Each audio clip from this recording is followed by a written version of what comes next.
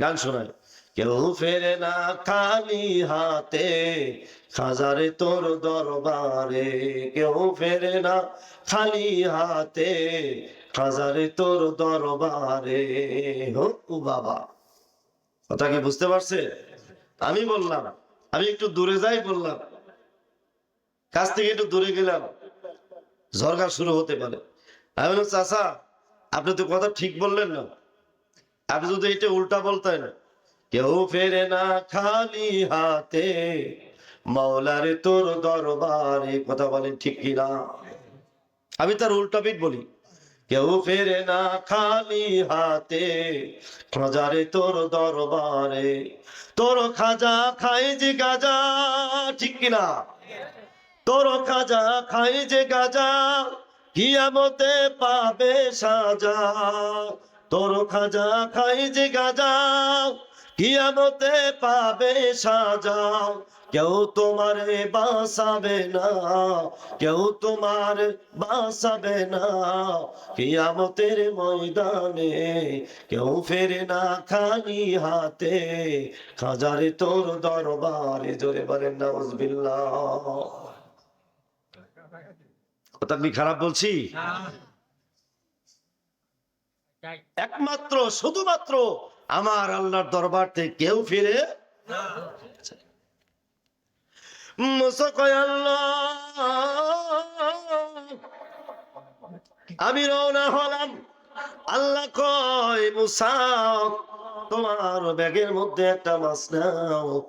এই মাছটা ব্যাগ থেকে যখন জীবিত হইয়া যাবে এবং যেই দিকে যাবে তুমি মনে করবা ওই দিকে আমার আল্লাহর বান্দা বাস করে। জোরে বলা যাবে কি সুবহানাল্লাহ?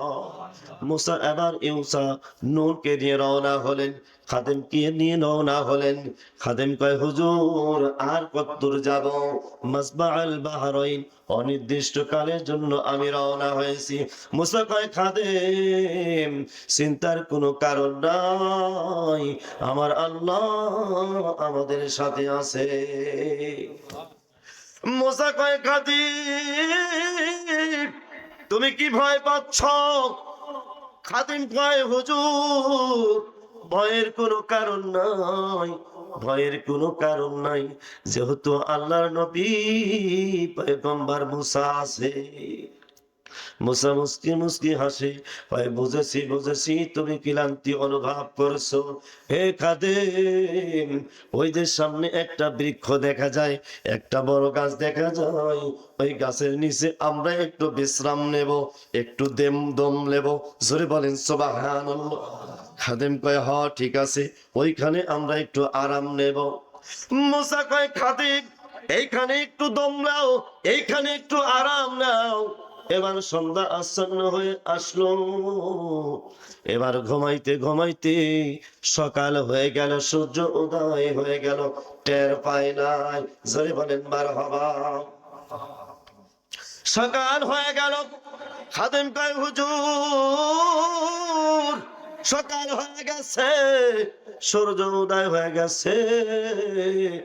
মুসা কয়, খাদেম তাহলে অনেক দেরি হয়ে গেছে, চলো এখান থেকে আমরা আবার রওনা হই। এবার খাদেম কয়, হুজুর চলেন রওনা হই। ওইখান থেকে প্রায় 1 কিলো চলে গেল। যাওয়ার পরে মুসা আলাইহিস সালাম বলে, খাদেম ব্যাগের মধ্যে শুকনা কিছু খাবার ছিল, শুকনা কিছু খাবার ছিল, খাবারটা বের করো, একটু নাস্তা করে নেই, ক্ষুধা লেগে গেছে। খাদেম কয়, হুজুর ঠিক আছে, আমারও ক্ষুধা লেগে গেছে। এবার তফিল থেকে খাদ্য বের করতে যাবে, খাদ্যের ভিতরে হাত দিয়েছে, ব্যাগের মধ্যে হাত দিয়েছে, বাজান অমনি করে খাদেম দেখে আর ব্যাগের মধ্যে ওই মাছটা পাওয়া যায় না। জোরে বলেন মারহাবা। খাদেম কয়, হুজুর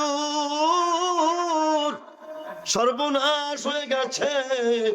হুজুর কয়, কি হয়েছে বলো? খাদেম কয় হুজুর, যে মাছটা আমি তো মাছটা ব্যাগের মধ্যে করে নিয়ে আসতেছিলাম ওই মাছটা তো নাই। এবার মুসা কয় সর্বনাশ, তুমি কি টের পাও নাই কোথা থেকে চলে গেল? এবার খাদেম কয় হুজুর, আপনি যখন ঘুমিয়েছিলেন আমি একটু ক্লান্তি অনুভব করেছিলেন, চোখের মধ্যে ঘুম এসেছিল, ওই মুহূর্তে আমার মনে হয় ব্যাগ থেকে মাছটা জীবিত হয়ে সুরং কেটে চলে গেল। কিন্তু আমি অনুভব করেছিলাম আমি জায়গা পাই নাই, আমি জাগ্রত ছিলাম না, ঘুমিয়ে পড়েছি ওই মুহূর্তে। হুজুর, ওই মুহূর্তে আমার মনে হয় মাছটা ওখান থেকে বিদায় হয়ে চলে গেছে। এবার মুসা আলাইহিস সালাম বলে খাদেম, আর দেরি করা যাবে না, ওই দিকে আগানো যাবে না, আমরা পিছনের দিকে যাই, যেখানে আমরা বিশ্রাম নিয়েছি আমরা সবাই ওইখানে চলে যাই। এবার যখন দুইজন মিলিয়া ওই গাছের নিকটে আসলো, খাদেম খোঁজে, মুসা আলাইহিস সালাম খোঁজে, খোঁজার পরে দেখা যায় মাস্টার ওইখানে নাই। মাস্টার সুরং কেটে কেটে সমুদ্রের মধ্যে নড়াচড়া করে ভাসতেছে, বলেন সুবহানাল্লাহ, ভাসতেছে। কোরআনের ঘটনা, আমার মুখের কোনো ঘটনা নয়। সূরা কাহাফের 60 থেকে 82 নম্বর আয়াতের ঘটনা, যারা বলেন সুবহানাল্লাহ। মুসা কয় খাদেম, ওই যে দেখা যায় মাছ, ওইখানে মাছ দেখা যায়। আল্লাহ কয় মুসা,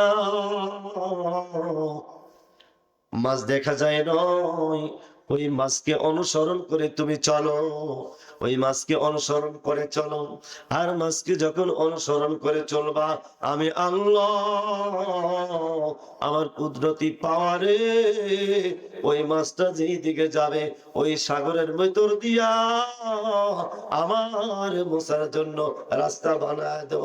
জোরে বলেন সুবহানাল্লাহ, রাস্তা বানায় দেব। মুসা আলাইহিস সালামকে যখন ফেরাউন দাওয়া করলেন, লোহিত সাগরের পারে গেলেন।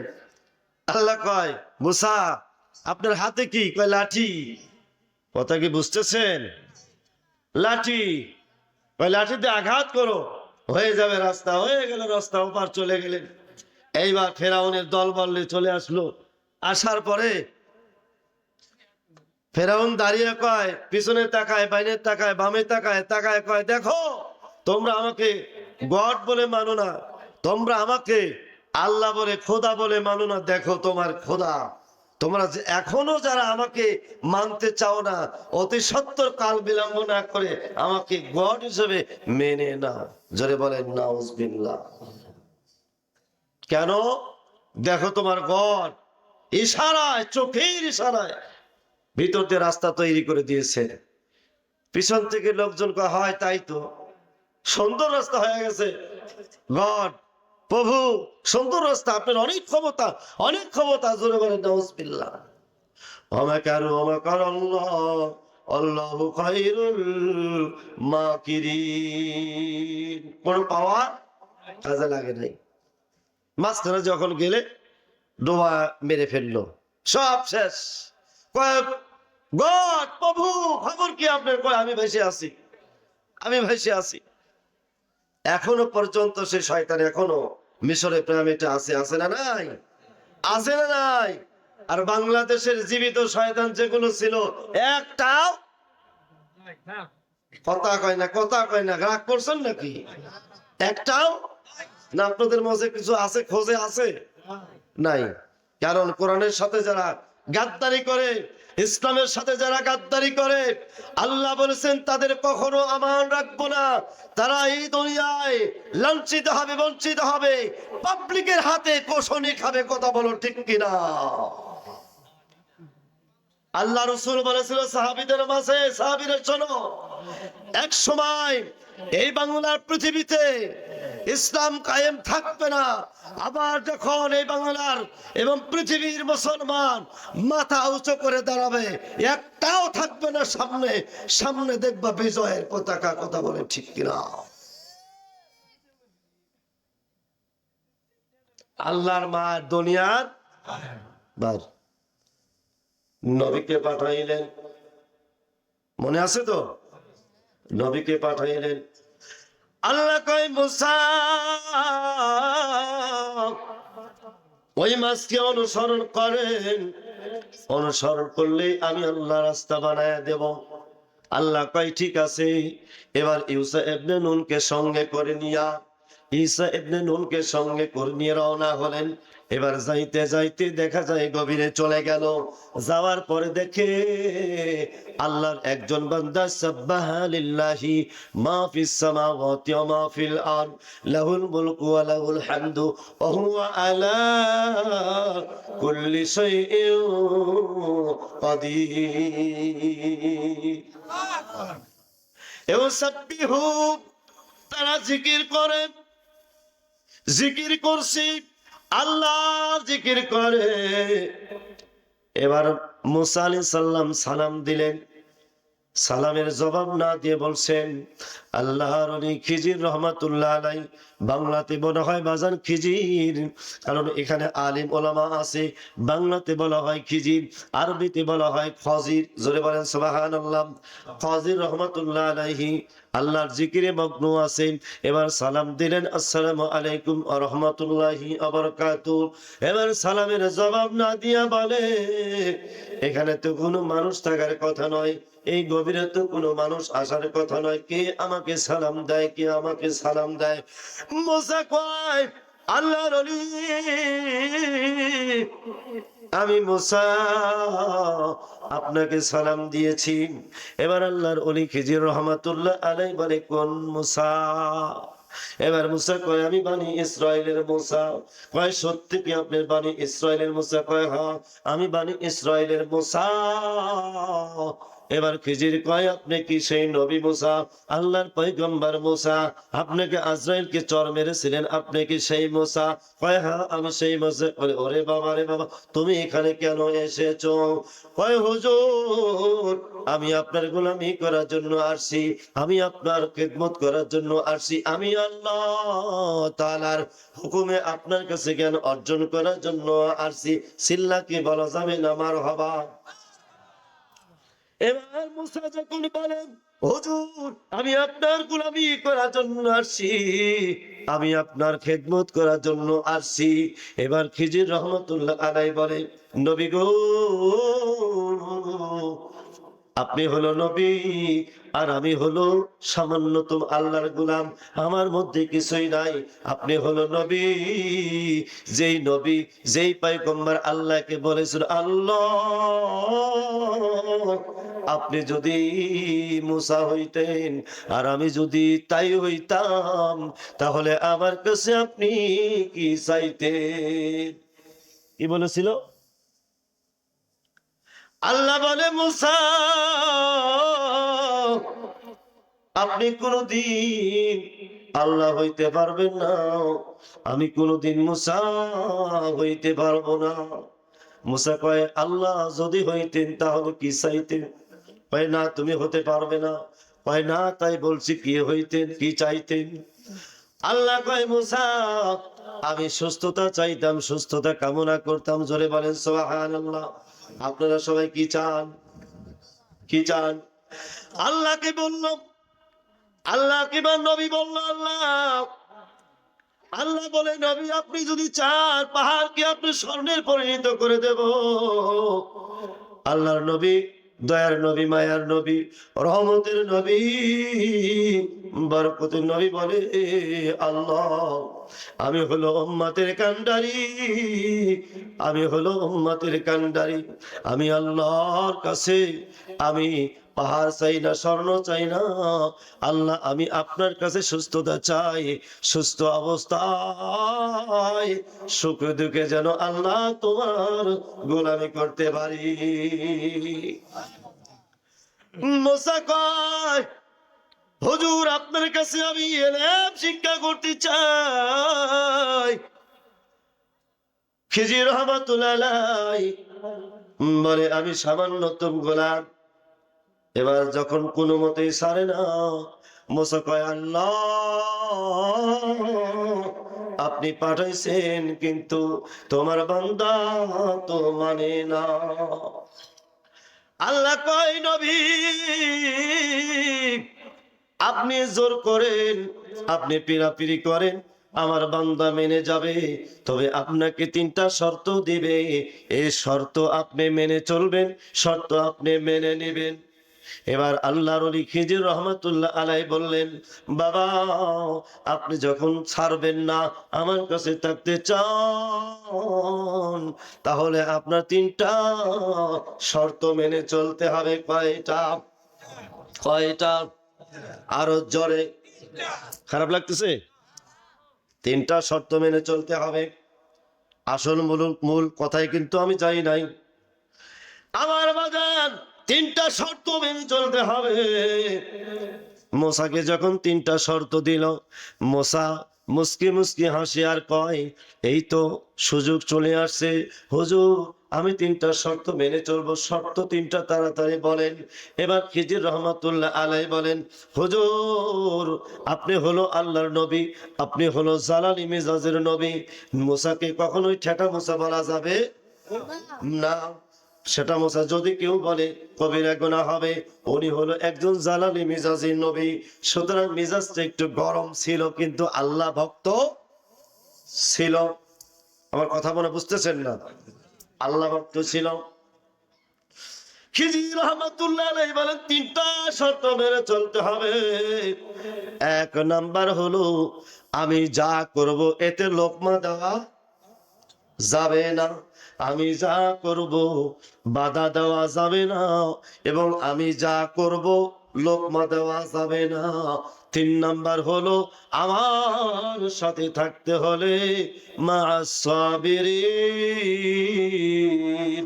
ধৈর্যের সাথে থাকতে হবে। এই 3টা শর্ত যদি মেনে চলো, তাহলে তুমি আমার সাথে থাকতে পারবা। মুসা আলাইহিস সালাম বললেন, ঠিক আছে আমি 3টা শর্ত মেনে চলতে আমি চলবো, 3টা শর্ত আমি মেনে নেব, কোনো সমস্যা নাই।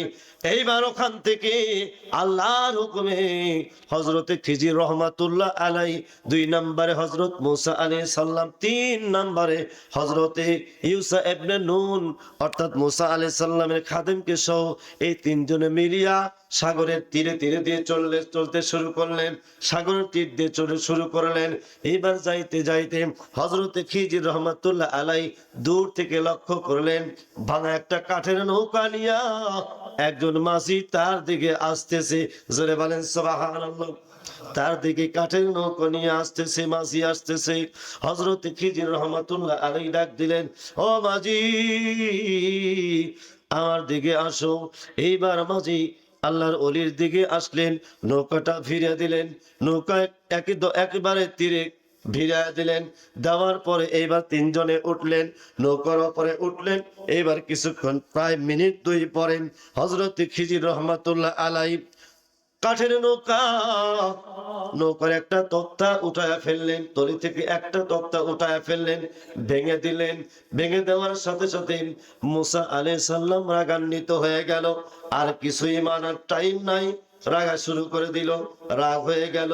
মুসা আলাইহিস সালাম বলতেছেন, হুজুর আপনি একজন হুজুর মানুষ, আপনি একজন আল্লাহর খাদেম, আল্লাহর একজন গোলাম, প্রকৃত বুজুর্গ ব্যক্তি, আপনি একজন অসহায় ব্যক্তির অন্যায় করলে এটা মানা যায় না, এটা মানা যায় না। আল্লাহর ওলি খিজির রহমাতুল্লাহ আলাইহি বললেন, ওই তো আমি বলেছিলাম, আমি শর্ত দিয়েছিলাম কয়টা? কয়টা দিয়েছিলেন? 3টা। আমি আপনাকে শর্ত দিয়েছিলাম, আমি যেই কাজ করব এই কাজে বাধা দেওয়া যাবে না, কিন্তু আপনি তো বাধা দিলেন, আপনি আমার কাছে থাকতে পারবেন না, আপনি চলে যান। মুসা আলাইহিস সালাম বলে, হুজুর আমার ভুল হয়ে গেছে, আমি আর একটা কথাও বলবো না, আমি আর একটা কথাও বলবো না, আপনি যা হয় তাই করেন। কয় মাফ করে দিলাম। বলে সুবহানাল্লাহ। ওখান থেকে চলে গেলে নৌকা ডুবে গেল। ওখান থেকে আবার রওনা হলো। যাইতে যাইতে 2টা বালক, 2টা বাচ্চা খেলা করছে। আল্লাহ তাআলা বললেন, আল্লাহ তাআলা ঘোষণা ইলহামের মাধ্যমে জানায় দিলেন, খিজির 2টা বাচ্চা খেলা করছে, তার চেয়ে বড় যেটা, ওই ছেলেটার মাথার মধ্যে আঘাত করো, আঘাত করার সাথে সাথে দুনিয়ার থেকে চিরবিদায় নিয়ে চলে যাবে। এটা হলো তোমার 2 নম্বর কাজ। কয় নম্বর কাজ? 2 নম্বর কাজ। হযরতে মুসা আলাইহিস সালাম এইগুলো দেখার আর সহ্য হয় না, যখন একটা আঘাত করলেন, আঘাত করার সাথে সাথে দুনিয়া থেকে বাচ্চাটা দুনিয়া থেকে চলে গেল চির বিদায় নিয়ে। মুসা আলাইহিস সালাম ডাক দিয়ে বলে, হুজুর আবার ভুল করলেন, সত্য দুইটা বাচ্চা খেলা করছে, আর আপনি অযথা একটা বাচ্চার উপরে আঘাত করে দুনিয়ার থেকে বিদায় করে দিলেন। এটা কি মানা যায়? আসলে কি এটা মানা যায়? মানা যায় না।